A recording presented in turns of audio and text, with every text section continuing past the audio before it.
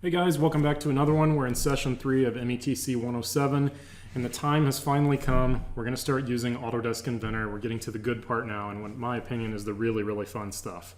I like what we've been doing before, but now is where it starts to get really fun for me. I love using CAD software. So just a quick kind of housekeeping catch-up type stuff here.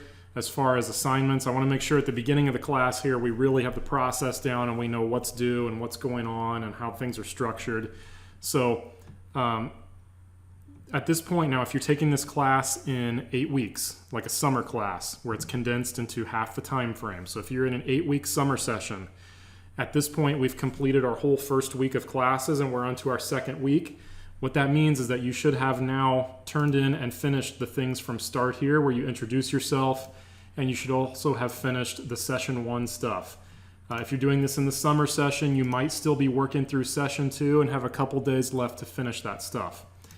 If you're not a summer student watching this video, if you're taking this in the fall or spring semester, you should have turned in session 2 just recently because you have a little bit longer to do all the assignments in a 16-week traditional format. So regardless of when you're taking this, remember that I will always keep the due dates up to date in Ivy Learn. So whatever the due date on the assignments on the drop boxes are listed as, that's the correct due date, okay?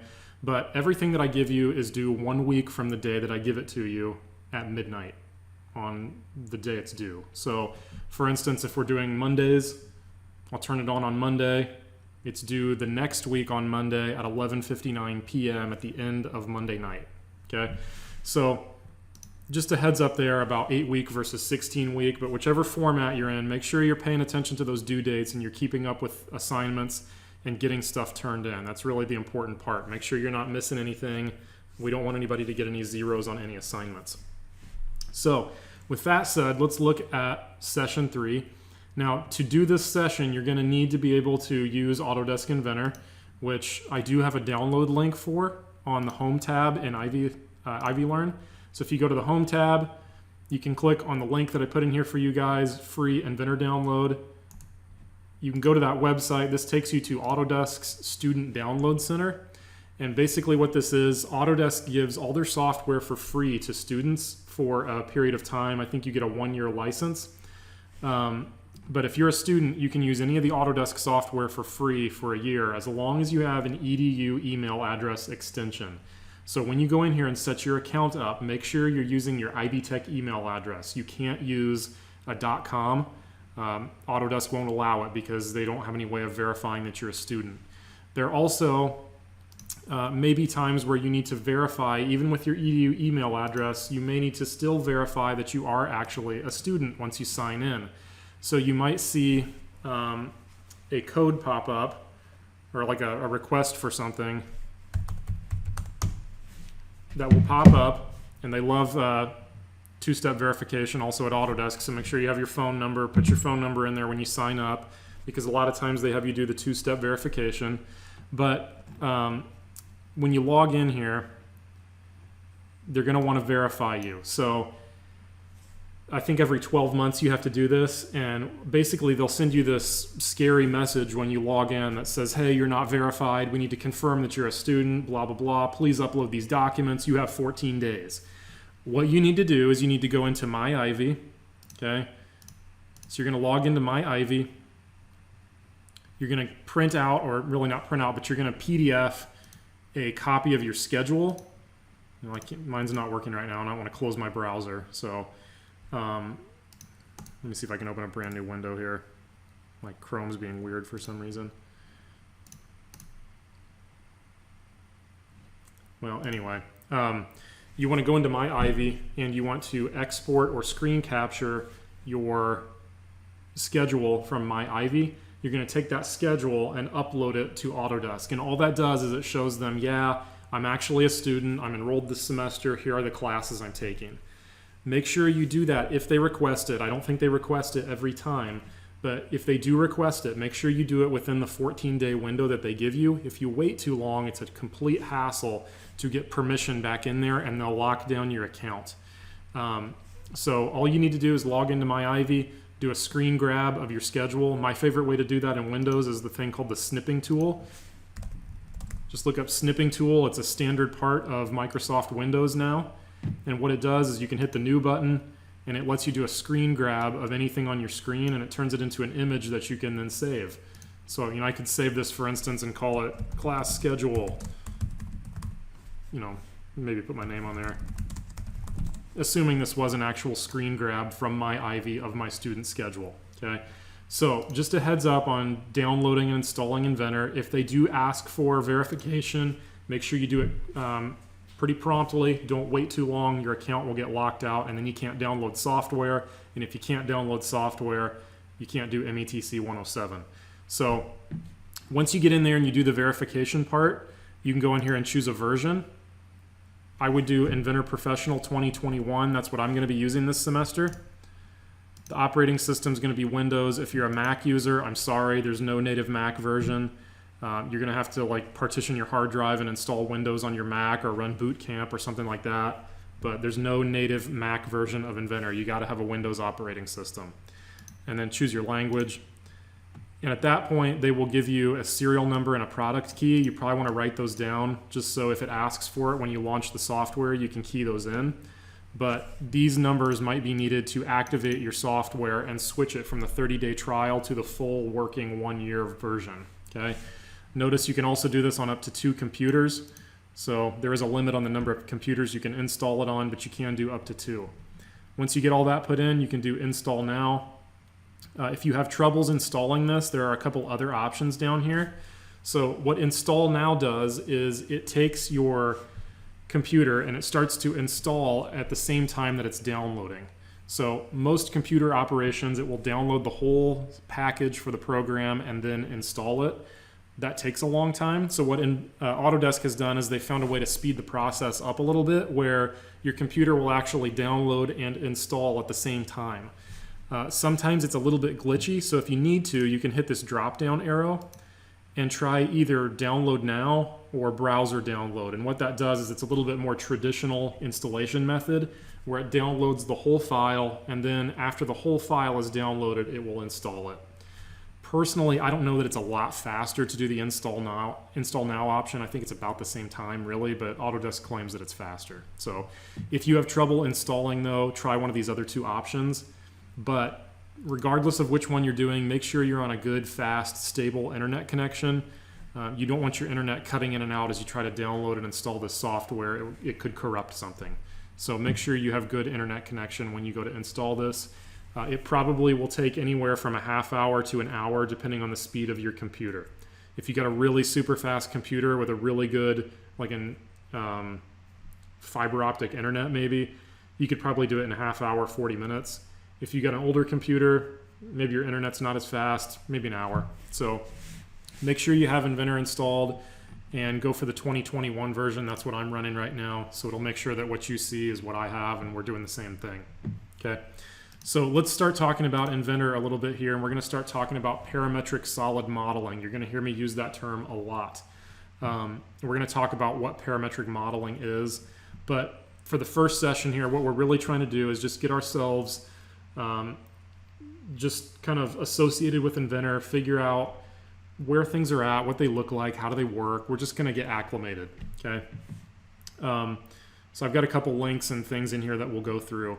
Before we get into the actual Inventor stuff, we need to talk about a couple of common features we're going to see on all these parts that we're 3D modeling. So these are just names for things that are common in mechanical parts that when I say these, I want to make sure you know what I'm talking about because we're going to use these terms a lot.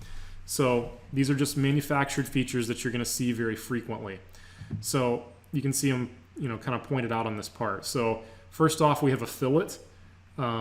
A fillet is a rounded interior blend between 2 surfaces. So for instance, if you have, 2 flat surfaces, having that 90-degree sharp corner in there creates stress concentrations. And so what we'll do sometimes is we'll take that and we'll round it out to make it smoother and also make it stronger. So it makes it more ergonomic, and a lot of times it makes the part stronger.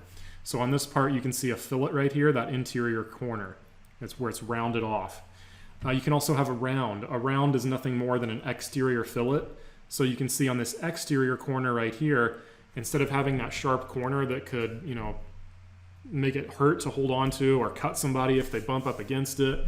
We take that and we just machine it off or file it off, and that's called a round. So an interior corner that's smoothed off is called a fillet.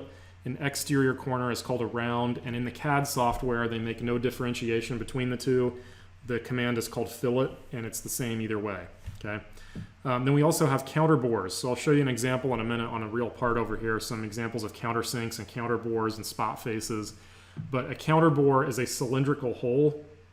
Like it's a hole with a cylindrical relief in the top of it, usually where a bolt or some kind of hardware will sit.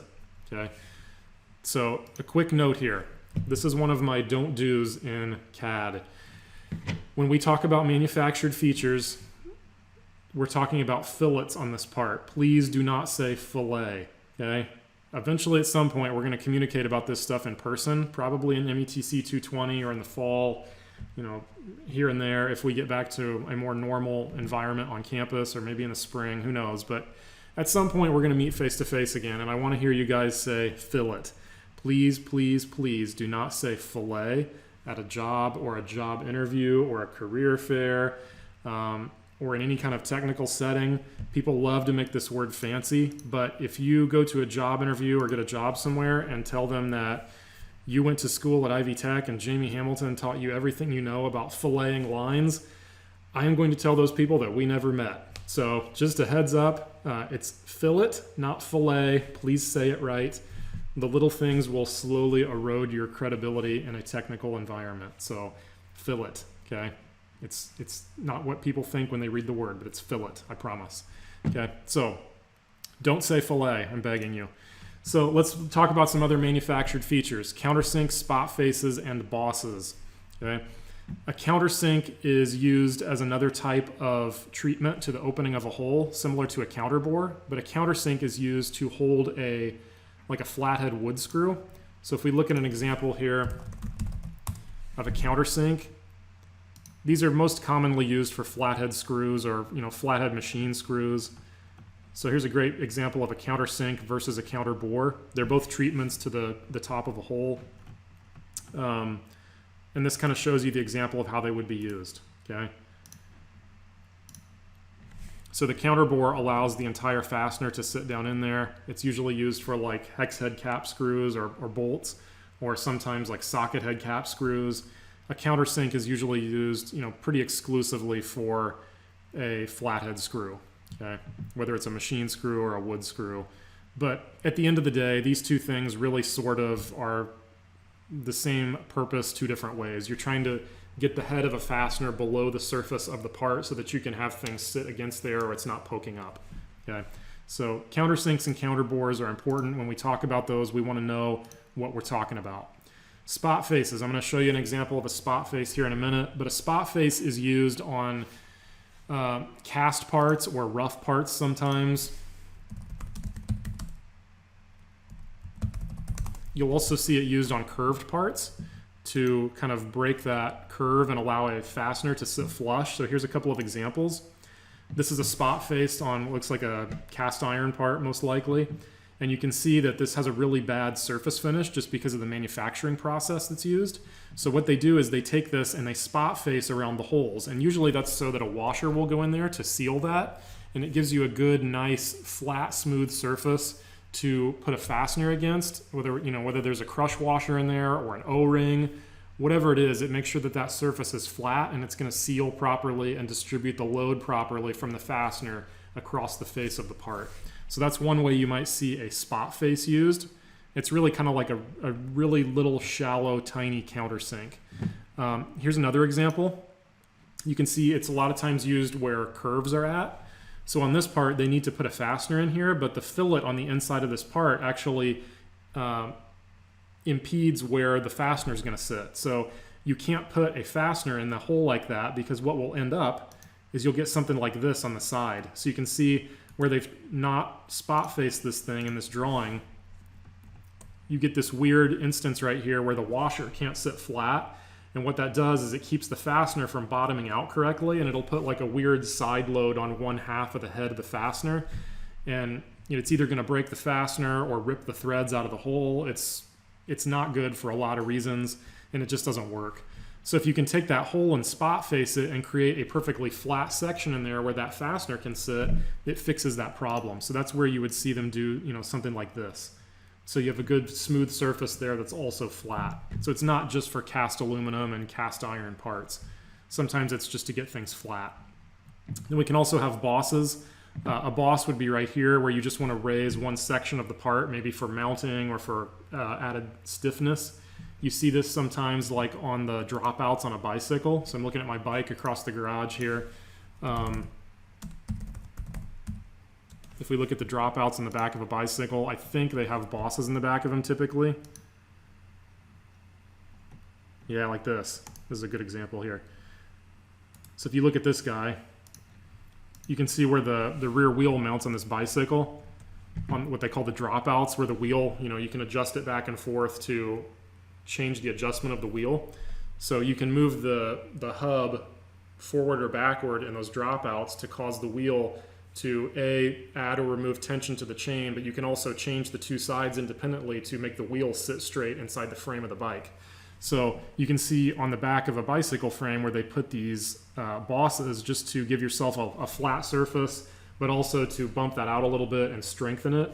So that's one example that comes to mind for me of a boss on the frame of a bike. And there's other instances too, lots of them, right? You could make lists and lists of where these things exist, but that's just one that I thought of. Wrapping up here, a couple other feature types. You can have lugs. These are, you know, basically the mounting tabs on this thing. Flanges, like on a pipe or any kind of bolted connection. A lot of times you'll see these flanges. And then we can also have a chamfer. So a chamfer is another way that the corner of a part can be broken or smoothed off. So instead of putting a round on it where we put a continuous curve across it, a chamfer is just you slice it off at a triangular shape. So you see this usually to make things more ergonomic also. So if we look up a chamfer, you know, you might see it on the edge of woodwork to keep people from bumping into it or to keep it from splitting. You see it like on countertops a lot, like in kitchen counters. See if we can find a good example. I mean, there's all kinds of CAD models in here. Here we go. So here's a countertop. That way, like if you lean against it with your elbows, you don't have that corner like digging into your forearms. Or right here on the very corner, if you run past that thing and it hits you in like the hip or in the leg, you don't get a giant bruise on your leg. You know, it's probably still going to hurt, but you don't have that sharp corner on the end that's going to dig into your skin. So a lot of times you'll see countertops and surfaces that are chamfered like that to break that corner off. Let's close out all my examples here. So with that being said, this is another word that people love to mispronounce, just like fillet. So please say chamfer. This one people get really fancy with. I've heard like chamfer, like a chamois or a ShamWow, like this guy used to sell on TV. You've probably seen this dude before. It's not chamfer. It's not chamfer. I've heard people say camphor even. So please make sure you're saying these correctly. It's fillet and chamfer. These are two terms that will kill your credibility as a CAD modeler if you say them incorrectly. You'll hear other people say them wrong too, I promise. Don't fall in line with them. They're not like special or fancy. They just don't know how to say it. Okay, so it's fillet and chamfer. I promise you that's how you say it. So please, please, please pronounce those correctly. So people know that you have been properly trained. So finishing up here, our last couple features, you'll also see necks on parts sometimes, like for snap rings, or keyways or key seats right here that would allow like two surfaces to fit together where they can rotate, or they're locked together rotationally, I guess I should say. Okay, so that's just some examples of different types of features. So let's see, I'm going to see if I can bring you guys on a little mini field trip here. If my camera cord will reach, looks like it's going to. And to make sure I'm showing you correctly here. Okay, so looking in here, I'm going to show you some examples. This is the cylinder head for my MR2, which I've shown you in I think every single video we've looked at now. You're probably sick of seeing it. But this thing, yeah, it's dirty and greasy and ugly, but there's a lot going on here from a manufacturing and machining standpoint. I hope eventually you guys get to the point as, you know, mechanical-minded people that you can look at this thing, and even though it's greasy and ugly, you can see the beauty in it. That when I look at this and think, man, this is a really, really nice looking piece of aluminum that has all this, you know, very intricate machining done in it, that there is just thousands and thousands of hours put into this thing as far as design. There's just a lot going on here, and it's really, when you stop to look at it and appreciate it and figure out why everything is the way that it is and how it works, there's really a lot of artistic nature to it. So looking at this guy though, the reason I wanted to show this to you is we've got some different things going on here. So looking in here, these are the coolant passages, which hopefully you guys can see this. This is where the antifreeze goes through in the cylinder head. Your spark plugs go in these holes.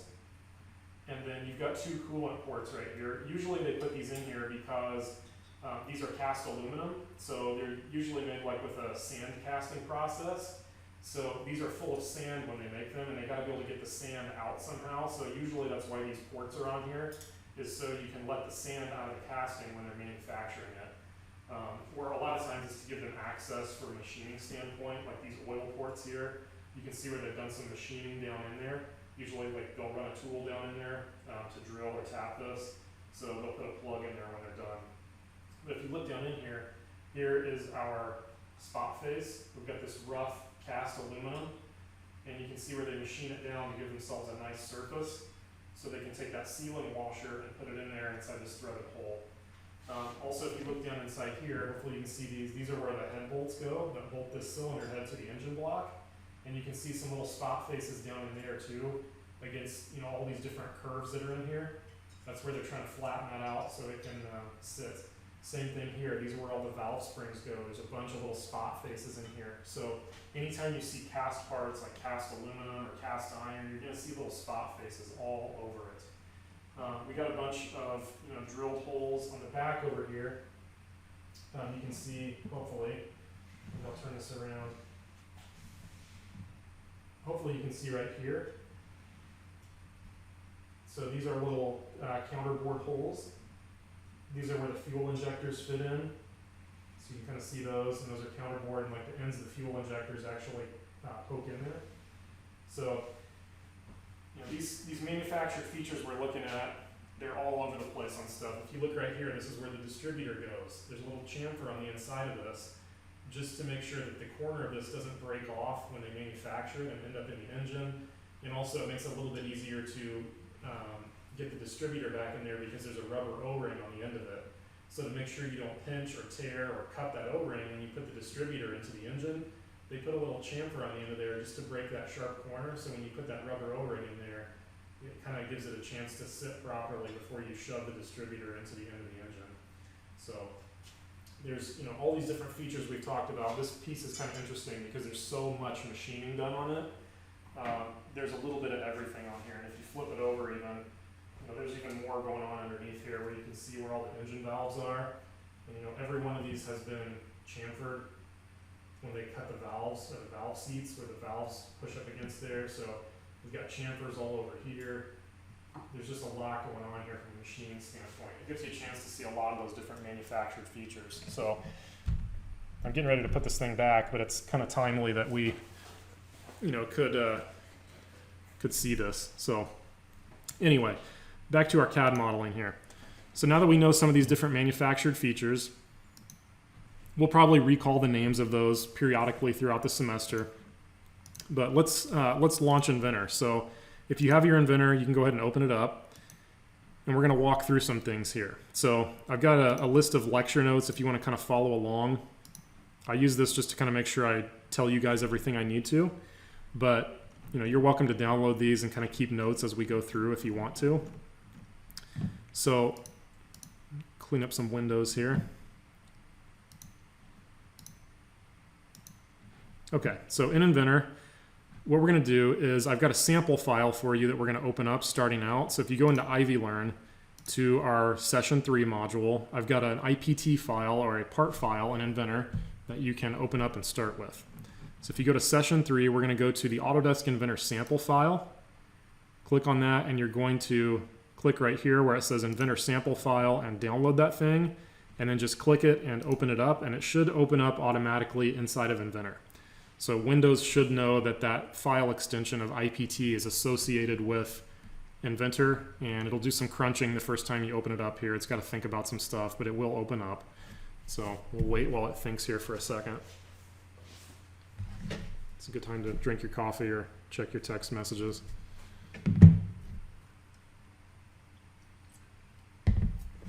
There we go.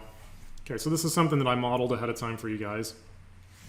And the first thing that I want to talk about, if you look at our lecture notes here, I want to talk about the basic layout of Inventor, where the buttons are at, kind of what they do, what the workflow is, and then I want to show you guys how to use the mouse. Now you can see I've got a kind of a crazy computer mouse on steroids. I do a lot of CAD modeling, so I got tired of using a cheap mouse, but I decided to buy a better one. But the basic functionality of the mouse is kind of the same. So I'm going to show you, if you have a 3-button computer mouse, or I guess really a 2-button mouse with a scroll wheel, how do you use that in Inventor to navigate around? Okay, and you need the sample file open to practice that. So in Inventor, what do we have? Well, we've got, like any Windows program, you've got tabs across the top with your tools inside there, but Inventor uses something called a ribbon. So this is the ribbon up at the top, and you can see as you choose the different tabs, the ribbon will change, okay? And it will change to a completely different set of tools. So I think of this like a toolbox behind me, right? Each one of these tabs is like a tool or a drawer in the toolbox. When I hit this tab and I open it up, I've got tools inside that drawer. I can close it and open a different one and look at the tools inside there, right? So most of the time in 107, we're going to spend our time in the Sketch tab and the 3D Model tab. We'll do a little bit in the Annotate tab also, but your bread and butter is going to be the Sketch and the 3D Model tab. That's where most of our work is going to happen. We also have on the left-hand side, this is your browser, or some people call it the model tree. Please don't close this. You have to have it while you're modeling. A lot of people look at this and they're like, man, look at all this pop-up junk on the screen. Let me close this stuff out. Okay, you don't really want to do that. You especially don't want to get rid of the browser over here. You can't model without it. So if you lose it, I'll show you a couple ways you can get it back. It looks like they added a new way in here in 2021, which is kind of handy. So you can hit this little plus sign and go to Model Browser and turn it back on. So that works. That didn't used to be there. So if you don't have that plus sign, you can go up to the View tab, to User Interface, and turn it on right here where it says Model Browser. So if you ever lose it, that's how you can turn it back on. But you don't want to turn it off. The little menu on the side over here that you saw me turn off, the navigation bar, I would highly recommend that you turn that off. It sort of tends to be a crutch for people, that you can do the same things with the mouse that you can do with this little mini toolbar, but people that have laptops or tablets fall in love with this little mini toolbar just because they don't have a mouse, like a USB mouse, that they're stuck using the trackpad on their computer. So if you're using, you know, like this, one of these trackpads, buy yourself a mouse now, that it's going to make your life so much less frustrating. And you don't have to get a super fancy, like on steroids one like I did. You can get a cheap one, like a $10, $20 USB mouse that, you know, just like a regular basic Logitech USB mouse will be totally fine. But don't try to do CAD modeling with the trackpad on your computer. You will be ready to give up and quit by the end of the semester. It's so much harder. So close this mini toolbar. I think it's really just bad modeling practice to use it because it's so slow. So go ahead and close that. I'm going to try and keep you guys from using that this semester. And if you don't have a mouse and you're on your laptop, please, please, please get a mouse. Okay, it's going to make your life so much better. I promise. Over here we have the view cube. The view cube does nothing more than give you standard orthographic or isometric views of your part. So remember last time we talked about orthographic drawing? Well, here are your orthographic views in your view cube, right? And I can take this thing and I can rotate it around. So there's my front view, my right view. I can go back and go up to my top view.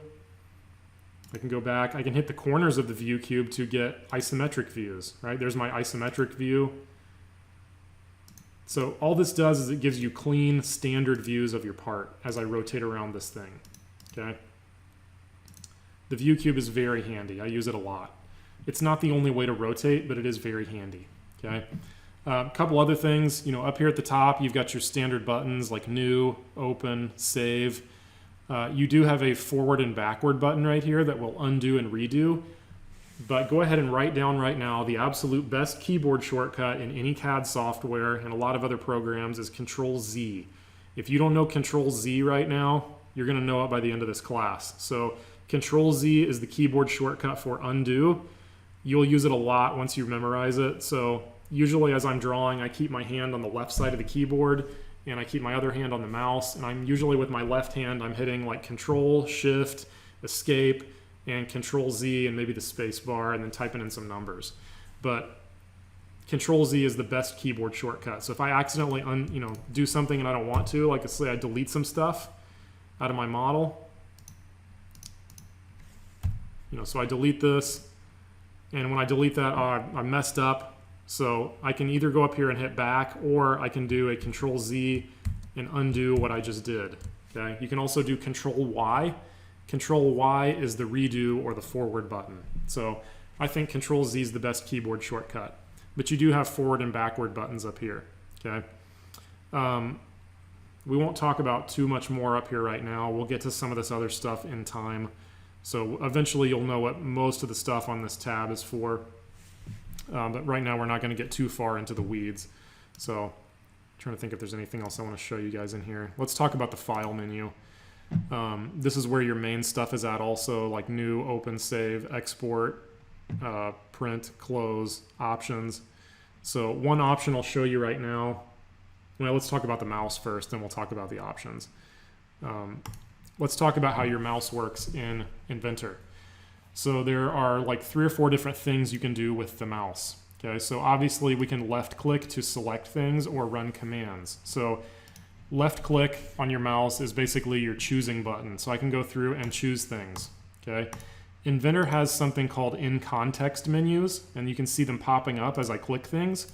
What that means is the software programmers at Autodesk have done lots and lots of research to figure out what tools and commands do people expect to be in certain places at certain times when they click specific things.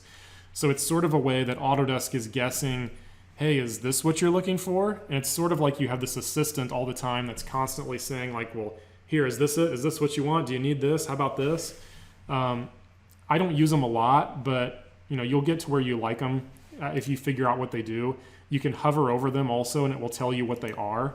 So let's say, for instance, I go up here and I click an edge, like right here. When I click that edge, it brings up 2 choices, fillet and chamfer. And I can hover over them if I don't know what the icons are. But let's say I want to put a fillet on here. I can hit the fillet button, and I can put in a size, right? Like give me a 4mm fillet, and hit OK. So that's an in context button. When you hit the left click on your mouse, that's going to bring up some in context menus. Okay, so left click is for choosing things or activating buttons or selecting stuff. You can also drag select things if you want to at certain times, like in sketching. You can drag and draw windows around things to choose things if you need to. So left click's your selection button.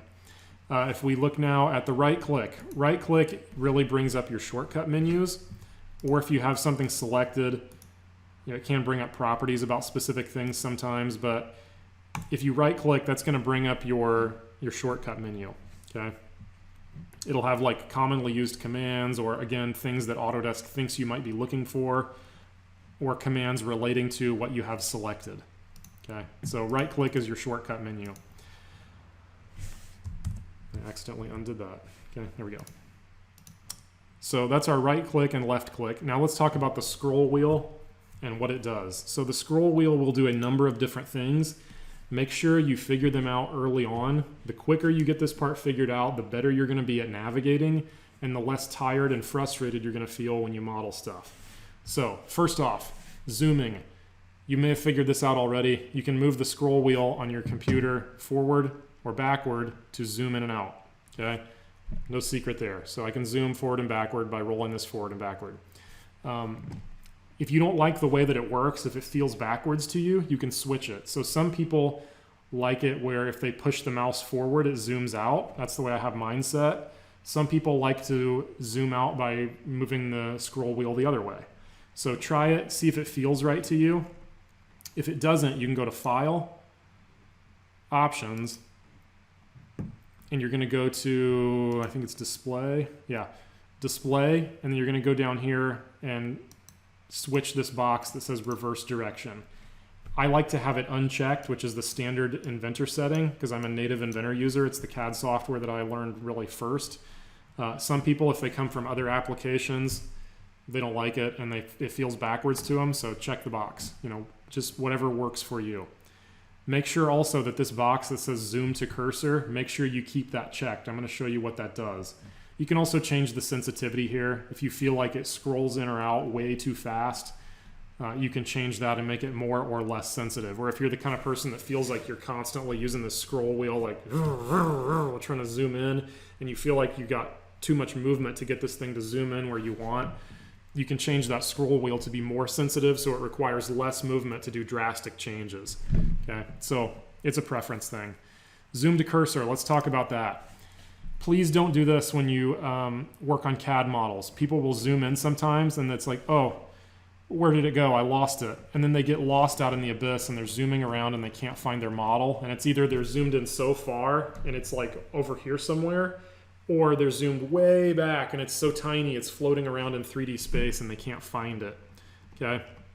So a couple tricks about the scroll wheel that will prevent that. And you can see I've actually lost it now. I can't find the object. If you lose your model in 3D space, you're going to click your scroll wheel twice. So you're not moving it, you're actually clicking it down. You're going to do a quick double click on it, and what that does is it does something called zoom extents. So when I click this, I'll show you a little bit less exaggerated here. That double click on the scroll wheel does a zoom extents, and it will take whatever is in your modeling environment and it will fit it into the window. So if you're lost and you can't find your model, which is common for beginners, double click on the scroll wheel, it'll bring it back where you can see it. Okay. The other thing you can do is pan around with the scroll wheel. So we can move it in and out to zoom. We can double click it to do a zoom extents. We can also click it down and hold it. So I'm going to do a single click and hold. And you'll see you get a hand like with 4 arrows. And when I move that around, that's my panning function. So that lets me shift around inside the model while I'm zoomed in. Okay, so zooming around here. Now, with that being said, when you zoom in and out, please don't do this. I have people sometimes that will do this where they say, okay, well, I want to see this hole down here. I want to get up close on that and see some detail. So they zoom in and then they start doing this. I call this the zoom and never-ending pan, where they zoom in on the wrong part of the object and then they sort of like try and shuffle their way through it to figure out what they're looking for. Oh, there it is. A lot of times they zoom in too much and they get lost along the way and they zoom out and start over. Please don't do that. The object or the option in Inventor called zoom to cursor prevents that. So when you zoom in or out, notice that Inventor will always zoom based on where your mouse is. So if I put my cursor over this and I zoom in, notice it zooms to my mouse. So I can look at that hole. Or if I come up here, I'm not even clicking anything. I'm just keeping my mouse in that general area as I scroll with the scroll wheel. Okay, so I can hover over this, zoom in and out. I can come down to this one, zoom in and out, this one. Okay, so you can very quickly get to anything you want to see with this zoom to cursor behavior. Okay, if I want to see the fillet up here, I can zoom in on that, or this one. Rotate around, look at the back of it. Okay. So, a couple other things. You see me rotating around at this point. This is probably the trickiest one to do, but it's the most valuable if you can learn it. This is the last thing your scroll wheel will do. So the scroll wheel, again, just reviewing, you can zoom in and out. Double click it to zoom extents. You can pan if you hold it down. And here's the last one, is you can use it to free rotate or free orbit like this. Okay. To do this one, what you have to do is you're going to hold down Shift on your keyboard, hold that down, and you're going to click down the scroll wheel and hold that. You're going to see this icon pop up. It looks like 2 rotational arrows. You're going to hold the scroll wheel and hold the Shift key at the same time, and now you're going to slide your mouse around on the desktop.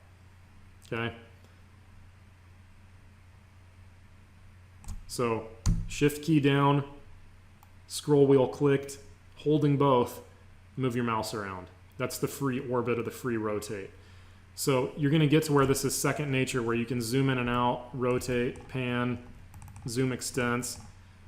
That's what I want you guys to really practice this first week, is how to navigate and eliminate the frustration of what you're trying to do in Inventor. You want to get to where you can move around in here very fluidly and freely without any frustration, without any hassle.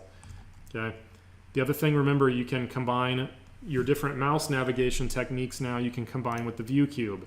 So I can kind of get this thing close and say, well, I need an isometric view. Let me get it kind of close right there, and then I'll hit the corner of that view cube. Boom, perfect isometric view. Or maybe I need to see that front view. Let me rotate around to where it's kind of a front view, hit that view cube, and then maybe I want to rotate it down. Boom, front view. Okay, so practice using the mouse to all of its functionality.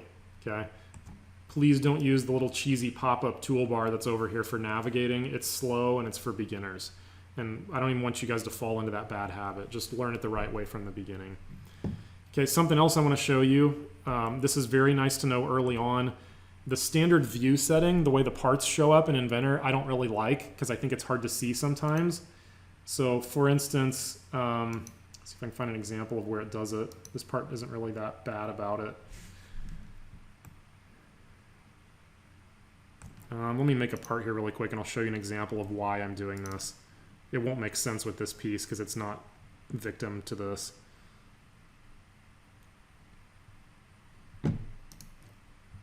Let's make a part that kind of stair steps. So you guys don't have to do this part. I'm just going to make an example here really quick.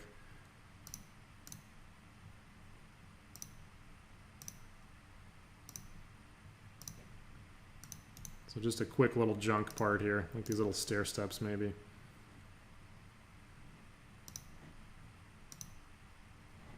All right, the standard setting in Inventor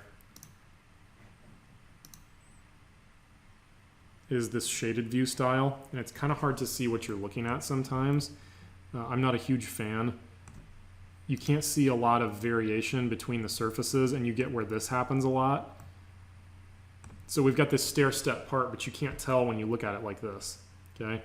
So to make sure that the edges show up, I like to use a different view setting. So instead of shaded, my favorite two are shaded with edges. I like this one a lot. So this highlights all the edges of the part. And I'm on the View tab here under Visual Style. My other favorite one is Technical Illustration. I like this one a lot because I can see those edges because they're outlined in black, and you can actually get a lot more color contrast there and see what you're looking at. So on our part, if we switch this, so if we go to View, Visual Style, Technical Illustration, you can see the difference. Okay, so this one's a little bit bare bones, but it gives you just a really basic representation of the part. If you want something that looks a little fancier, you can go shaded with edges. That looks a little more realistic. But I really like to see the edges highlighted when I model in Inventor so I can see exactly where everything is. So I would recommend, as you learn this, stick to shaded with edges or technical illustration. Those are the best two. Okay. All right, so we've talked about, we're doing pretty good here. We talked about a lot of this. So we've talked about using the view cube, using the mouse, reversing the direction. You can use the arrow keys to nudge the views in Inventor if you want to. So, you know, if you hit the arrow keys, you can bump it around. This isn't terribly useful because you can use the panning function on your mouse, but the arrow keys do work if you want to mess with them. Just kind of a heads up there. Material types. You can change the material of your parts in Inventor. That's what these menus up here are for. So the one on the left is material type. This will change the physical properties for your part and also the appearance of it. So right now we're set on generic, but I could highlight my part over here in the browser if I click Inventor sample file, and I can go up where it says generic and change the material type. So let's say I want to change it to gold. It'll change the appearance, but the other thing it does is it changes the physical properties. So over here you can see the appearance. So this is what it looks like. This changes nothing more than the appearance that it has in Inventor. All the physical properties are controlled by this material menu on the left.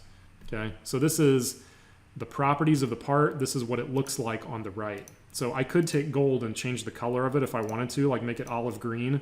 That makes no sense. So it looks like an olive green part now, but it has the physical properties of a piece of gold. So just remember that the two menus are different and they serve different purposes. So the way you might use that is like if you have a piece that's made out of steel, but it's going to be painted and you want it to have the appearance of the correct paint color in Inventor, you could do that. So it has the physical properties of 1080 steel maybe, but it's going to be red because you're going to paint it red. So you can do the two menus separately, but the one on the left always controls your material properties. So if I go into File, iProperties now, this is really cool where I can go to the Physical tab and hit Update. And it gives me the physical properties of my model, whether I'm in the metric system or the US customary system. This part's metric, so it tells me the mass, the surface area of the entire part, which for this is pretty valuable because this is a complicated part. So it tells me the surface area of the whole part. It tells me the volume of the entire part. Okay. It also tells me the center of gravity for this piece. So, where is the center of gravity of this object? It also tells you like principal moments of inertia, which we'll talk about later on most likely. So you get some physical properties in there, okay, which are just kind of nice to know. I thought there was a way you could turn on and actually view the center of gravity, but I don't remember. I may be thinking, yeah, here it is. So I can go to the View tab and turn on my center of gravity, and that tells me for this part, where is the balance point, right? If I want to try and hang this thing, where is it? And it'll show you with your center of gravity marker, okay? So lots of different tools in here. We're just going to try and keep it basic starting out though. So those are your material types and how you can look at physical properties for the models. All right, now let's back up a little bit. Let's go to the main menu. Let's say we're going to make a new Inventor file. I want to show you the 4 file types and quickly what they're used for. So if I go to New, here are your file types in Inventor, and if I expand out the templates menu over here, you can see we've got file types for inches or English and millimeters or metric. So you always want to keep in mind at the very beginning of a project, am I working in millimeters or am I working in inches? Pick the correct template because it's very difficult to fix it after the fact. Okay, so regardless of which template or which measurement system you're working in, there are 4 file types in Inventor that you need to know. The first is a part file. Okay, the one I gave you guys is a part file. It has the file extension of IPT on the end. The second is an assembly file. Once you make a bunch of part files in an Inventor, you can put them together to make an assembly. So let's look at an example of an Inventor assembly. So assemblies are nothing more than collections of part files joined together for some purpose. They can be more or less complicated. It just kind of depends.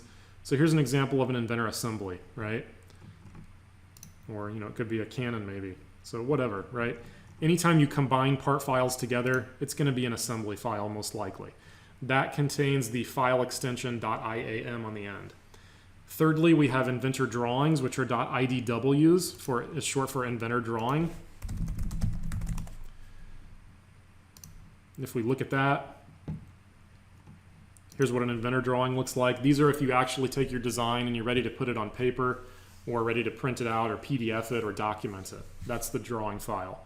Then very last, we have a presentation file, which is an IPN. Presentation files do 2 things. Oh, come on, fingers. Presentation files let you make exploded views where you can blow pieces apart and show all the parts and pieces like this. So this is generated up here by a presentation file. The other thing they let you do is make short animations. So if we go to YouTube really quick here, let's find an Inventor animation.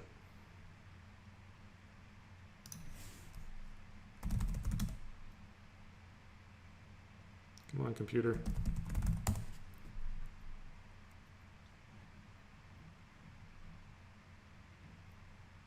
So let's find a really quick example here.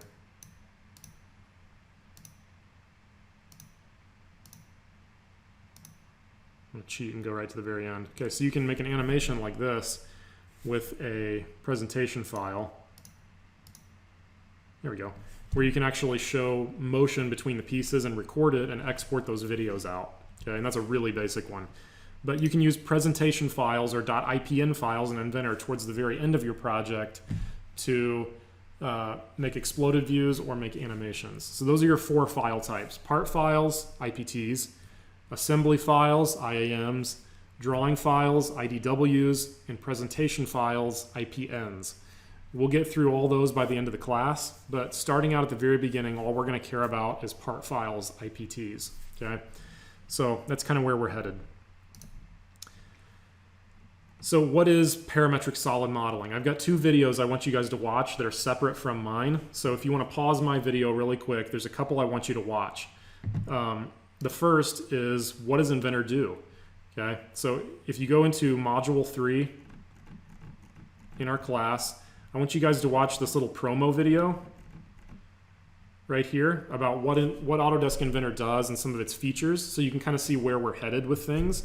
And then I also want you to watch this short little video about what is parametric solid modeling. And they describe how parametric solid modeling is the foundational structure that we give to 3D models as engineers that allow us to constrain parts based on math and dimensions and geometry. Okay, so pause this video and watch those two really quick.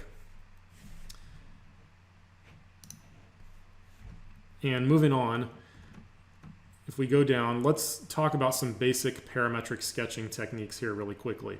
Okay, so we're going to make a basic sketch, and I'm going to show you guys how do we make maybe something like this, like a flat plate with a hole in it. Okay, and then we're going to dimension it and try and make it a specific size. So this will be kind of our wrap up for our lecture. For your homework, just kind of a heads up here. For your homework, I have 3 figures that we're going to model together, and I'm going to show you how to do each one of those in a separate video.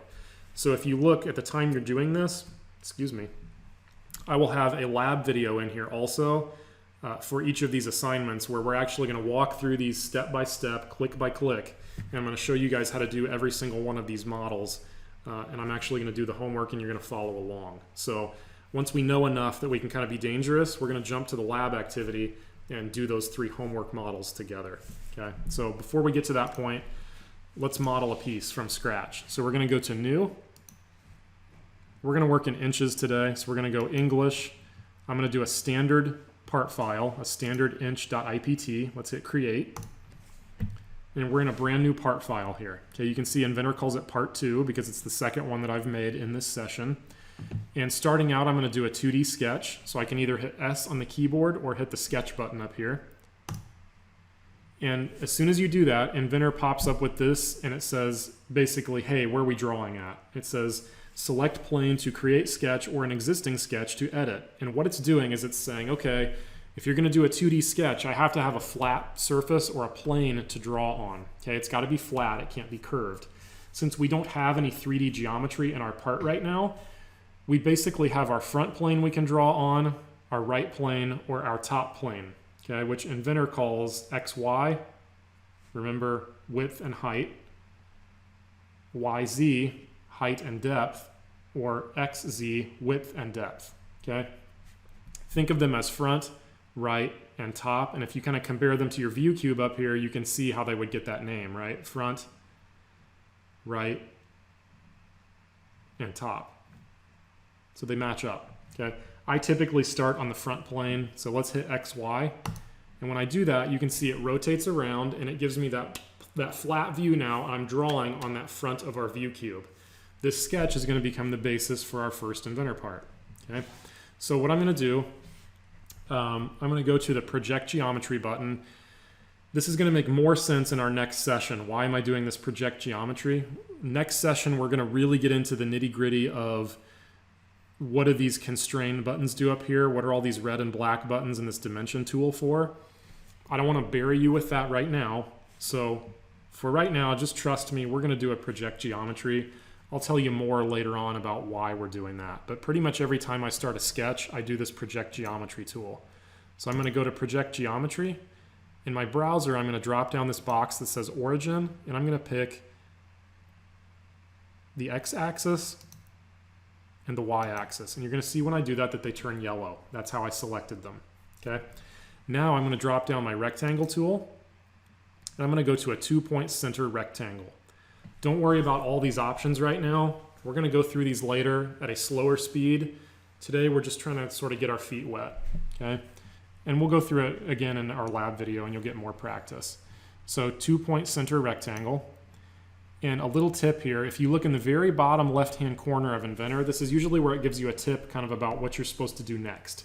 So it says select center. So I'm going to click on my center point right here.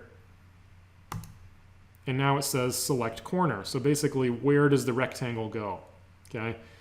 You can key in sizes. I don't usually worry about that too much as I draw. So I'm just going to, drag this out here and click. And there we go.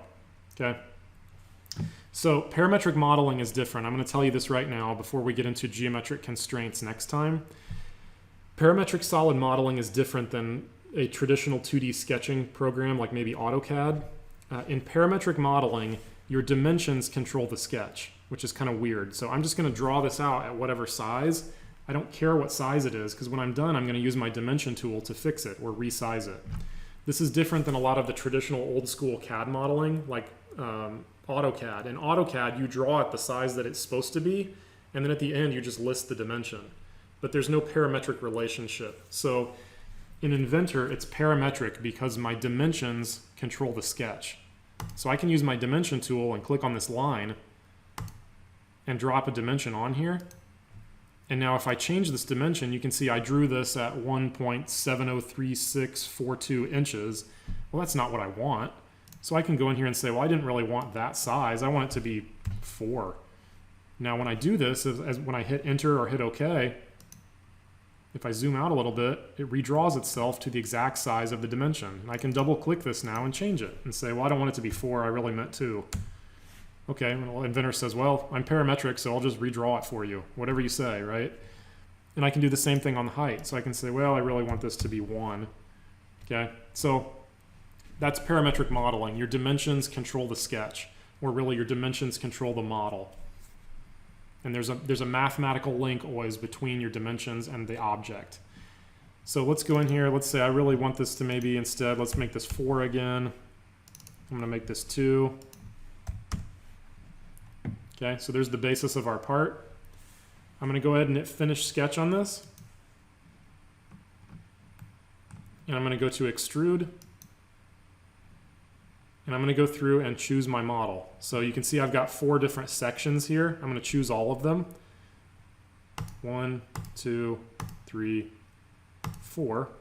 And now I can control how much I want to extrude this. So I can extrude it a total of 1 inch or less than that. I don't want this thing to be that thick. So let's say we're going to make a piece of like heavy duty 1/4 inch steel plate. So I'm going to say, let's make this 0.25. If you don't know your fractional decimal equivalents, you can just put it in as a 1/4. Inventor does that too, or maybe it's a 1/16, right? Inventor will do fractions. You can also add and subtract stuff. So I can say, well, this is supposed to be 0.25 plus 0.375 plus 0.125. Inventor says, okay, well, I'll just add them together for you. Or, well, I forgot, let's subtract 0.25 from that. So you can do math inside here, okay? That's really handy. You almost don't need a calculator when you're using Inventor because you can just type the numbers straight into the box. So let's say 1/4. Now notice I can extrude this one or both ways from my sketch plane. So my sketch plane's in the back. I can go to the left, or if I hit this direction button, I can go to the right on the other side. I can also go symmetric. If I hit this box, I can go equally in both directions. So with a part like this, you want to try and maintain symmetry whenever you can. That's good modeling practice. So since this part has symmetry in all 3 directions, I'm going to choose this symmetric button and go equally in both directions. Okay. So at that point, we got our distance in there. We're going to hit OK. And there we go. So let's fancy this thing up a little bit. Let's put a fillet on here. So I'm going to go up to the fillet tool. And let's round off these corners. So I'm going to go through and click these corners. And we can key a size in. So let's say I want these to be 0.25 maybe. And hit OK. All right, so now let's put some holes in this thing maybe. So let's go 2D sketch. I can click on any one of my original work planes over here in the browser, or I can choose any flat face on my 3D model now. So at this point we have a lot more choices. I have, these 3, and I also, I could do this face. Now I can shift and click down my scroll wheel and rotate around here at the same time. So inside this sketch command, as it's asking me what plane do you want to draw on, I can also free rotate. I can use the view cube if I want and rotate around this thing, but anything that's flat I can choose as a possible sketch plane, okay? So let's go on the front face here again. And you'll see when I click that, it rotates around, but now I can see my object in the background. So I'm going to grab my circle tool, click right in the middle of the part at the origin, and let's draw a circle in there. Let's throw a dimension on there with the dimension tool, and I'm going to say on this one, let's make this 1 inch in diameter. Now here's a trick. Figure this out early on, it's going to make your life easier. In Inventor, it will show you the dimension based on the number of arrowheads. If you see 2 arrowheads, that's a diameter. If you see 1 arrowhead, that's a radius. Like for instance, if I go up here, it's giving me a diameter dimension there, right? So 2 arrows, diameter, 1 arrow, radius.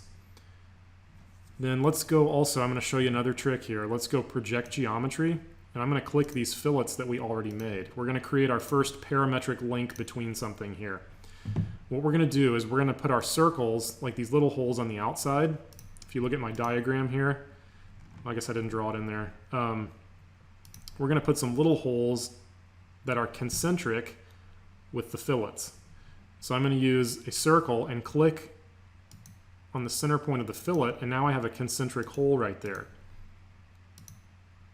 I'm going to show you a parametric trick here. Okay, so we want these holes to all be the same size, so I'm going to grab my equals constraint up here, and I'm going to parametrically go through and say these holes all need to be the same size, just by clicking them. What that does is it keeps me, if I undo here, it keeps me from having to do this, which a beginner modeler would do.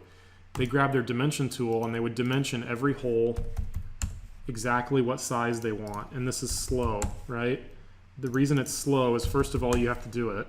And then second of all, if you need to adjust your design ever, you have to go back and change it 4 times. It's just slow. So what we can do instead is when we draw these, we can grab our equals constraint and say this equals this, and this equals this, and this equals this. Boom, we're done. Okay. Now we also know that this thing is a 1/4 inch radius, right? So let's say maybe we want to dimension the size of these holes based off this one. Maybe we always want the diameter of this to equal the radius of that one. So here's a trick. When I go back to my fillet command, if I go to edit feature by right-clicking it, I can go in here and see that my radius is 0.25, but then if you look down here, if you click in the box, popped up for just a second, there we go. See where it says D4 equals 0.25? Every dimension in Inventor, because it's a parametric modeling program, every dimension has its own variable. Okay, so the dimension that controls my fillet is known as D4. If we go back to our very first sketch, if I go to edit sketch, these two have variables also. If I click on this one's called D0. You may have seen that at the beginning or maybe not, but this dimension is named D0. Its value or its size is 4 inches.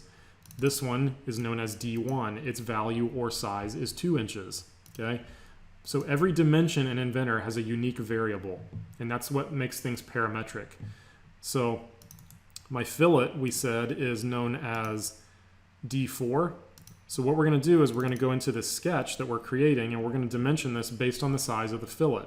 So we're going to make a little equation here. We're going to say the size of these small holes is going to be variable D4 divided by 2.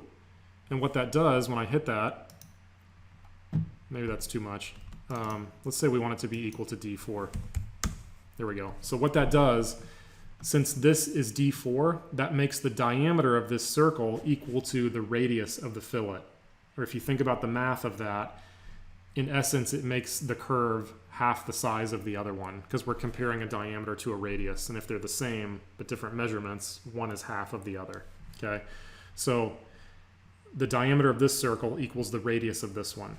Okay, so what that does now, if we finish this, watch what happens if I go back and change my fillet size. So if I double click fillet 1 and change this to maybe something smaller like 0.125, when I hit OK, it redraws all the circles.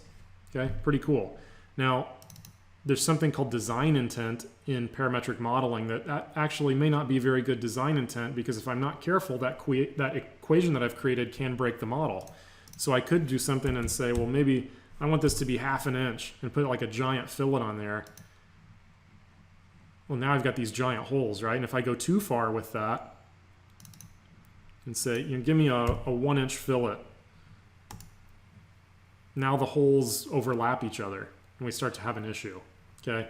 So think about, from a parametric standpoint, what's going to happen as you set up these equations, and how are they going to be related to each other, and how's the model going to react as I change stuff. And that's really what we're going to spend most of the first part of this class on, is the sketching piece and the design intent piece and the constraining and figuring out how our models are going to react and behave as we edit them.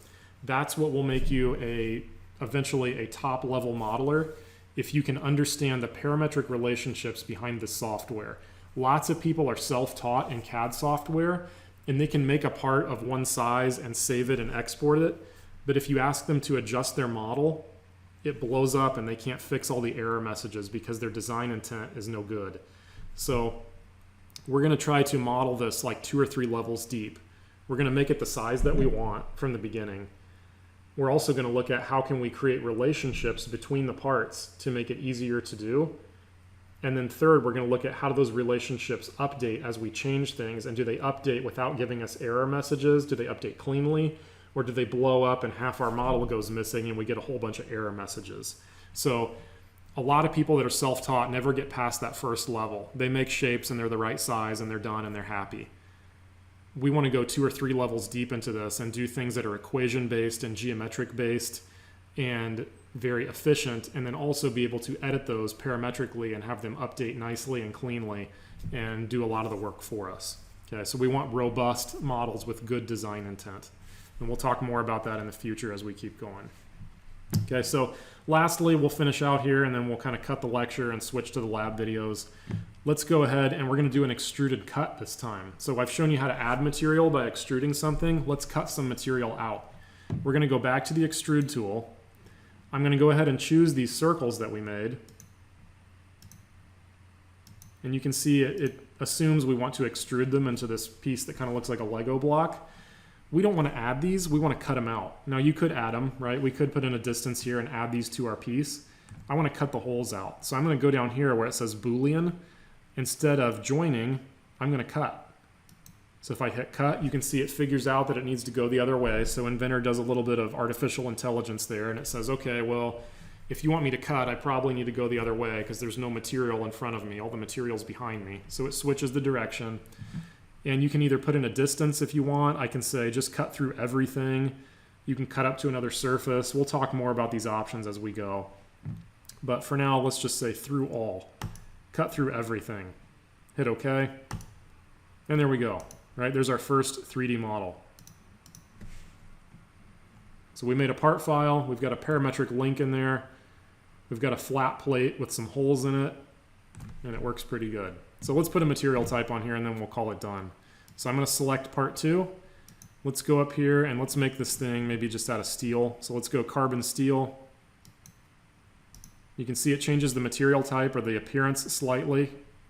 Now let's figure out if we have this plate, if it was actually made out of carbon steel, what are its properties? So we can go to File, iProperties, Physical, hit the Update button. And this piece, if we actually made this, would weigh about a little bit less than ½ a pound. Okay, so we can figure out the volume, the area.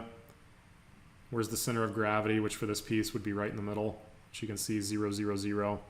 So our physical tab, now you can kind of start to estimate things in Inventor and figure out how much they're going to weigh. So I did an Inventor model one time for a friend who was trying to make a stand out of steel tubing for some giant tanks of water that he was going to put in his shop. And we had to figure out how much these tanks of water were going to weigh, but they were kind of a weird shape. So I actually tried to model the tanks as closely as I could and then filled them with water in Inventor, and then went to the mass properties for the model and figured out a very close approximation of how much those tanks were going to weigh, based on what they were made out of and if they were full of water. And then from that, once we knew the weight, we could start to design the stand that was going to hold it up. So when you get into more complex organic shapes, being able to figure out the mass and the area and the volume is a really handy tool, because not everything that we make is going to be a circle, a square, or a triangle. Okay, so I believe we've talked about everything on my list here. I think we're good. So that's all I got for you in this video. Now for your homework this week, and we're going to do these together in the next video. So you're going to watch the next video for the lab activity. We're going to work together on figures 1-2, 1-4, and 1-6. So just looking at these really quickly. Oops, wrong tab. I have these uploaded for you as PDFs, I believe. If we go into the homework assignment instructions, you can click on these and it'll download the part models and open them up. Okay. So I'll show you how to do these in another video, but basically we're going to do some sketching and try and make these parts and then extrude them out. So that's your homework for next time. Model the 3 parts and then upload your part files to each one of the drop boxes before the due date that's listed in Ivy Learn. Okay? So I'm going to cut this video here. That's all I've got for you on Introduction to Autodesk Inventor. Good luck, and I will see you guys in the lab assignment video in just a second. Bye.